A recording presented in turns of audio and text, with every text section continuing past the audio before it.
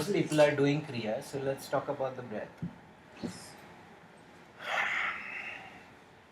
I have just, those of you who know, I have just come back from pilgrimage in South India where those temples are really beautiful. Yeah. And even the Shivlings. Basically, it's 5 Shivalingams which work with the Tattva energy, the elemental energy of earth, water, fire, air, and space. And they are established, they are created by yogis. Yogis have worked with those elemental energies and established them. But especially when you need to do a sthapana of a Shivlingam, unless you have tremendous control of the breath, you can't do it.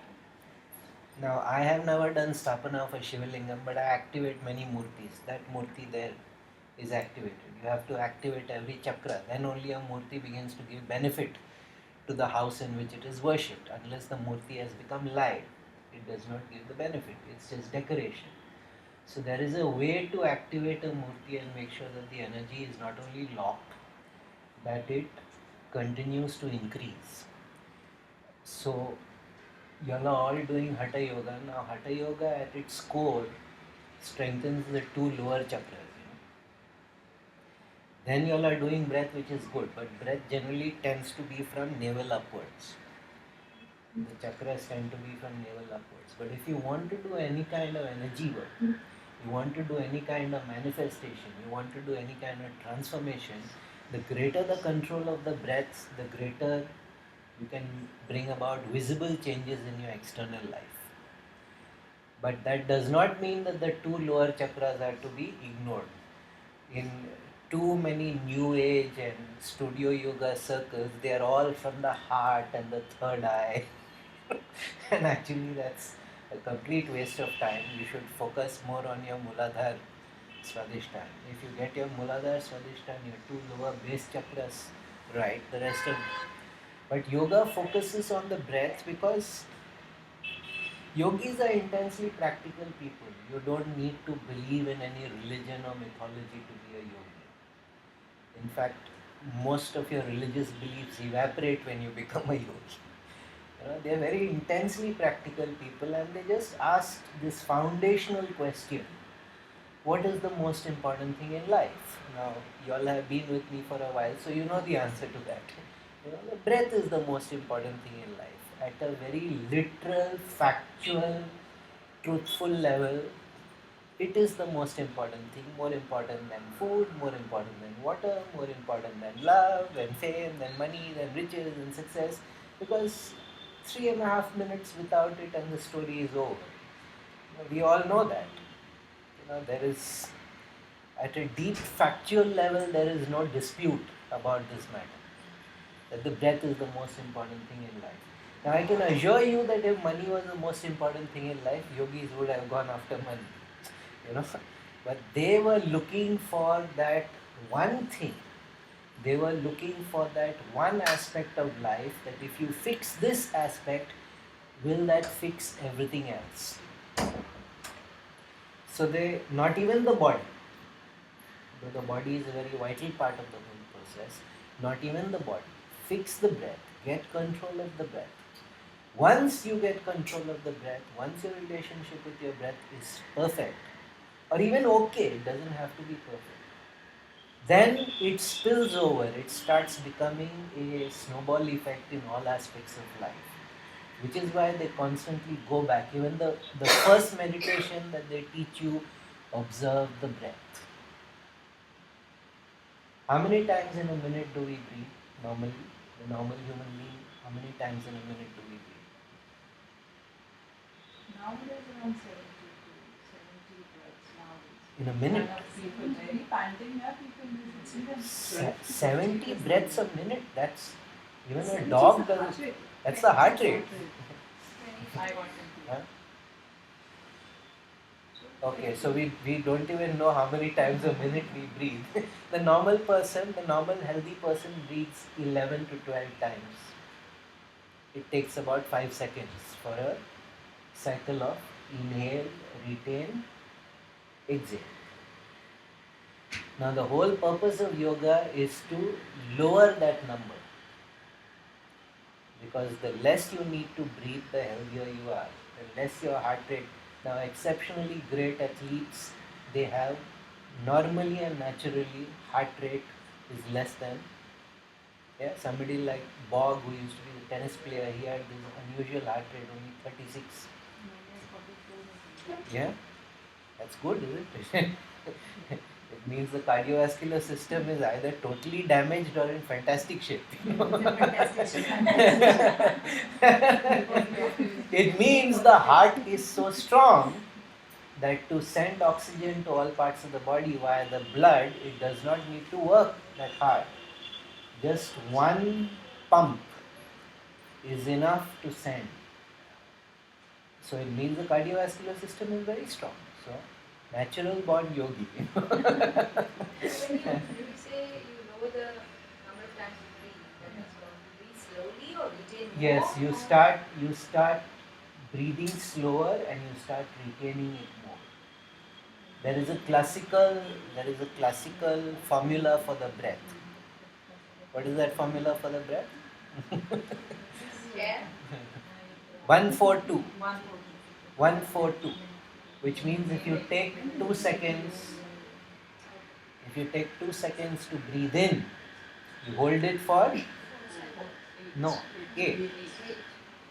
hold it for 4 times the amount of time that you take to breathe in, and then when you release it, though advanced yogis, they actually do 1-2-4, which means they take 2 seconds to this thing, and they hold it for, and the release is the longest. For me, that's what happens naturally. Because me, you're a hatha retention yogi. is not, for me, retention isn't that long, but exhale is always long. It is good.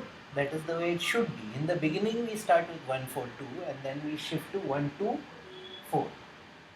So they actually say if you take 1 second to breathe in, you should breathe out over 16 seconds. And there are tests.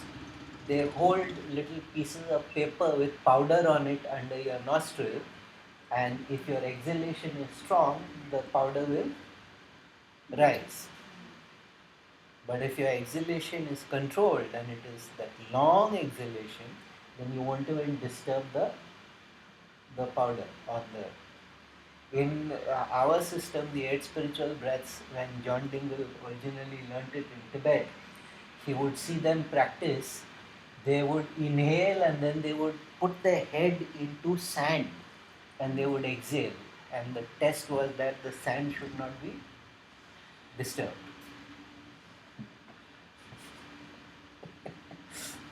So, all forms of yoga, it doesn't matter where it originates, all forms of yoga, they know this, that the breath is the most important thing in life. The breath is the most important thing in life, because as your breath becomes slower and slower, certain abilities start awakening in you. Now if you come down to 9, these are the classical, I don't know, I'm just repeating. If you break it from 12 to 15 and you come to 11, you start becoming very attuned to the vibrations of the planet. Basically, if there's an earthquake going to happen, you know, because your head starts splitting. Yeah. I know every time there's going to be an earthquake, because Sardar to guaranteed, and it's a very unique kind of Sardar. It's not the normal kind of headache. You know that you bring it down even further, then you can start communicating with animals. You can understand what animals are communicating. That's about 9. If you're breathing at the rate of about 9. Now, I never knew it, but from childhood I always had that ability. I could always make out what animals were telling. I thought it was quite normal. I didn't realize it was a freaky thing. Not that animals have anything spectacular to communicate.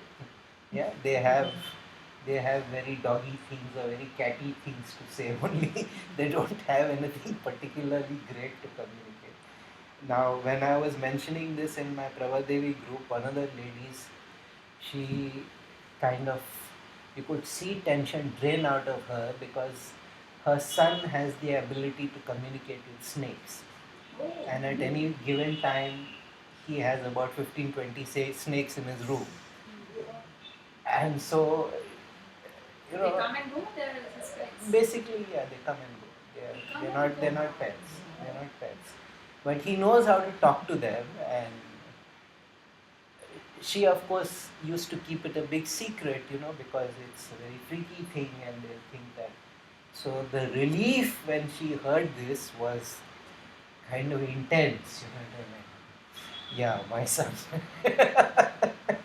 So But then these it are must be that childhood, it must have been all more children than- have actually. If you see small children in zoos, their parents don't realize, but they are actually communicating to the animals, and the children get little antsy because the animals are complaining, why are you locking me up here and stuff like that. And the children get cranky in zoos for that reason, because and they don't have the vocabulary or the brains to process what they receive. And very early on, they know if they say the tiger has talked to me, they will get one chapad. You know? Because I once lived in a house which had an elephant in Kerala. It used to come every day to the kitchen, not because it was fed in the kitchen, but because it had become part of its habit. It would come to the window outside the kitchen and just look in at people, and then I don't know how it developed this habit, but one saucer of chai, it and it would put its trunk in there and like, now it's nothing. It's like a little drop. It's like a homeopathic dose for us, but it had got into the habit, and they don't break habits. Elephants are very, very much creatures of habits. So I used to see this every day, and one day it wouldn't go. I drank the tea, everything, and it wouldn't go. It was just standing there and flapping its ears in that manner they have, and it was doing this little peculiar dance they do when they raise one leg at a time, when they want to communicate, and nobody would figure out what is the problem. And somehow the thought came to me, he's asking for one particular member in the family. I said, he's asking for, where is that person? And he had gone out, so then they said that, oh, but he'll be back in 2 days' time. And it was quite extraordinary to see how, okay. But till that was communicated, no matter what, people were offering sweets, the mahout was trying to push it and coaxing it and just shifting weight from one foot to the other and flapping its. Not a very old elephant, about 14 or 15, so still adolescent in terms. And so, of course, that created a little bit of sensation. How did you know that? And I was smart enough to know I shouldn't say that I heard the elephant say that, because there would be trouble. But actually, the thought really did flow. Actually, the thought really did flow.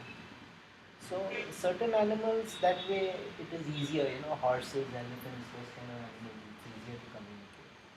But again, that ability does not indicate anything particular. It is just a natural, instinctive animal ability that we still have. Most of us have forgotten. But if you lower your breath, that ability spontaneously activates. So it's just quite an interesting thing. Then if you start breathing at the rate of 6 or 7 times a minute, then you begin to understand the language of plants and trees and vegetation. So very often you find yogis, they like trees, they like plants, they have communication with. So you start beginning to get the vibration of the earth. You can actually. And when you go down to the rate of 5, that is more or less when you are enlightened. Enlightened people breathe at the rate of 5 times, 5 and less. 5 and less. And one of the most weird things you can see is a person, he has come to such a perfect state of harmony that there is no more need to breathe because the external pressure and the internal pressure are the same now. You know, every time we breathe, there is a difference between external atmospheric pressure and inside. You know, that is why we need to. But there is breathlessness. There is perfect breathlessness. They are not breathing anymore. It's quite an extraordinary sight to see. It's There are very people rare. like that. People don't need to breathe. Not all the time when they are in that state of samadhi. When they are in that state of samadhi, you don't need to, because it just harmonizes. Whatever oxygen you need is anyways already in your lungs. It's quite an extraordinary sight to see.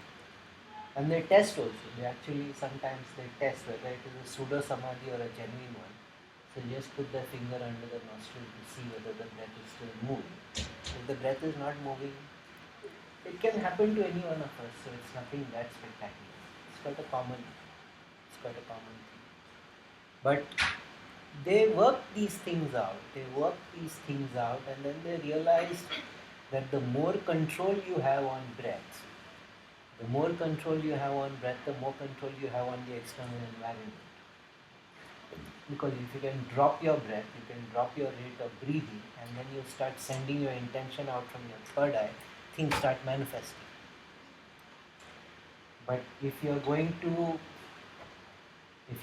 be in an excited panting mode, you cannot manifest. So the calmness becomes very important. So that is why whenever we get hyper excited, hyper angry, the first advice everybody gives is take deep breaths. Because at a physiological level, it is true. The slower and longer and deeper you breathe, the calmer you become. So there is a direct correlation between anxiety, stress, overexcitement, and how fast you breathe. So reverse engineering the process, if you can control your breath, automatically the states of anxiety, overexcitement, all that is controlled, So the yogis, they kept playing with this. But the most extraordinary thing in these temples which are kshetrams, feels the possibility is you move in and you can feel your breath rate drop. You need to be aware. You just move in and you are breathing slower. Get me feel more calm. Why do we feel calm? Because we are breathing. Anytime a person is calm, he is breathing slower. That happens also in very natural. Yes, in beautiful places, naturally happens. In beautiful places. But have you noticed something about landscape photography? It's very interesting aspect. You see landscape photography, we all like to see landscape photography, yes? If somebody is taking a shot and one of us in there, what do they say? They tell us to move out. The human beings seem to cause a disruption in the landscape, in the natural rhythm, yes? The only time we like to see human figures in landscape is when they are very tiny.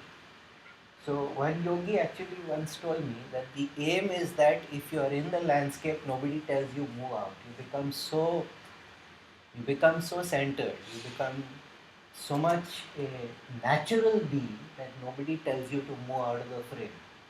That's when you know that you have progressed. So it's a nice, useful test. We don't like, when we have a landscape picture, do we like to have a picture of a human being there? Normally not unless it's a very small. Yeah. So he was saying the day when nobody tells you that is the day when you know that you have also become natural. You have become like the environment. You fit so perfectly in that nobody thinks you're a disruption. And the reason why they think you're a disruption is because they feel that you're vibrating at a different level from the environment. So it actually causes disharmony, and that's why they tell you.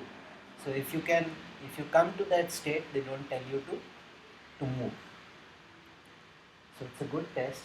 Do people tell us? So that is why they come. They come because these multiple reasons. The breath, they keep checking the breath. They don't really care about heart rate and pulse rate and stuff like that, because they understand all these are easily controllable. But controlling the breath instantly, it means mind control. It means emotional control. So that is why, though of course people are having all kinds of exciting experiences while doing the kriya, but trust me, in the long term, everything calms down.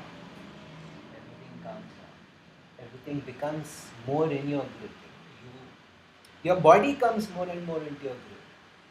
People keep saying that they want to change, and any system that you take up, 30% of the people it will have impact. 30% of the people it will not touch. 30% of the people it will have middling impact. It doesn't matter what it is. Any course, any system that you take will guarantee 1/3 of the people will find it very useful, 1/3 of the people will find it useless, and 1/3 of the people will say, yeah, it's okay. It's just the way things are designed. But the breath is one thing where 100% of the people will have that change. There is guaranteed change in the person. So whenever people want to change habits, they want to change lifestyles, they want to change the way they function, they react, unless the breath changes, nothing changes. It might, temporarily it might, because you're in the high of the new process and you have people supporting you and everything. But unless the breath changes, permanent change is not possible. Permanent change is always associated with alteration of the breathing rate. And usually the breathing rate goes down. Now change for the worse, always you will find that your breath becomes shallow, rapid. You have to breathe in more rapidly. Panic, anxiety, all those kind of things are associated with quick, sharp breaths, yes? So it's very, I don't like to use the word scientific because it is used so wrongly and badly, but yes, in that sense, yoga is a very experimental thing. They figured it out, they tweaked it, they kept experimenting and experimenting and experimenting until they came to the optimal. So these courses of pranayama are designed to achieve certain transformations within you, not just physical, not just at the health level, but at the emotional level, at the mental level, and most of all, of course, at the pranic level, at the key level. So which is why I keep hammering this point away, breath is the most important thing in life, breath is the most important thing, breath is the most important. Because everything else that we do, the impact is not the same as much as in working with the breath. Which does not mean that you neglect your body, which does not mean that you neglect your intellect. Not at all. But for genuine, impactful and enduring transformation, we have to come to the breath. That's the only... At least I haven't seen anything else that really works, and I've been in this change management and transformation for 22 years now, and trust me, nothing else really works. All processes have this problem. 1/3 of the people it will impact, 1/3 of the people it will not even scratch, and 1/3 of the people are varying levels. But breath impacts everything. So people want to change what they are doing, they have to change the way they are breathing. It's that simple. It's that simple.